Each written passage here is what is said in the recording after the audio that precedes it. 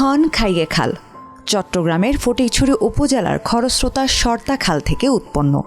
এরপর ধর্মপুর ইউনিয়নের মধ্য দিয়ে প্রবাহিত হয়ে তেলপাড়াই খালের সঙ্গে সংযুক্তির পর মিলেছে হালদা নদীতে।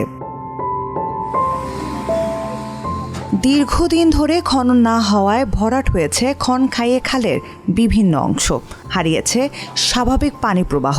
বর্ষা মৌসুমে বৃষ্টির পানি নিষ্কাশন না হওয়ায় দেখা দিত জলাবদ্ধতা, আর অনাবাদি হয়ে পড়ে আশেপাশের কয়েক হাজার একর কৃষি জমি। বর্ষা খাইলে পানি যাইতে না পারে, আর বাড়িঘর ডুবে যায় গুই।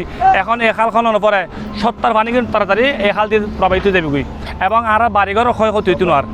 আর ভবিষ্যতে পানিও আর নিশ্চয় লাইব, আর কৃষি কাজ করতে জুম আর নাশাবাদি করি। এখন আর সংস্কারের মধ্যে এখন চলাফিরে করি পারি আনিত পারি এখন মনের খুশিলার এই খালর পরিষ্কার কি মানে কৃষকের ফায়দা হইব, আমার ফায়দা হইব, জনগণের ফায়দা হইব, মনে করেন আর বাই হলর যারা আছে ইতার বেগুনের ফায়দা হইব। আর মনে করে এই খালের পানি তো নাই এখন বর্ষাকালে।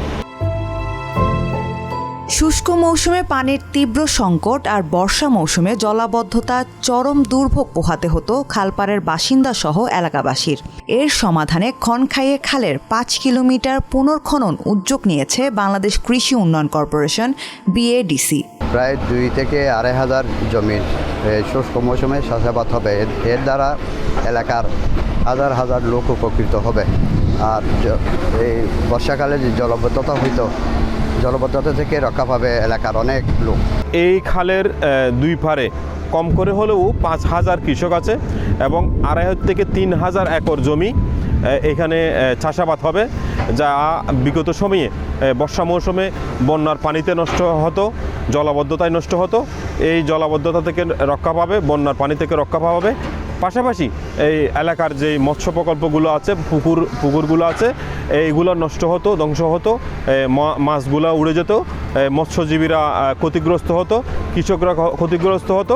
এই খাল খননের পরে যথাযথভাবে পানি নিষ্কাশন হলে আর কৃষকরাও ক্ষতিগ্রস্ত হবে না, মৎস্য প্রকল্পগুলো নষ্ট হবে না, সবাই উপকৃত হবে।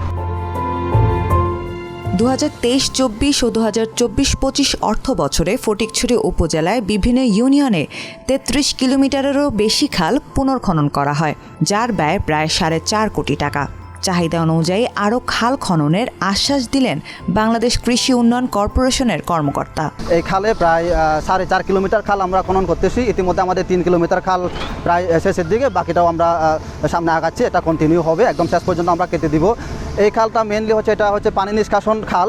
দেখতেছেন যে খাল পারে আমাদের দুই পারে হাজার হাজার একর কৃষি জমি। বর্ষাকালে আমাদের সত্তা খালের পানি উপসাইয়া আমাদের এই খনখাইয়ে খাল খনন না থাকে, এদিক দিয়ে পানিগুলো দুখে আমাদের কৃষি জমি নষ্ট হয়, কৃষকের ফসল নষ্ট হয়, ঘর বাড়িতে পানি উঠে যায়।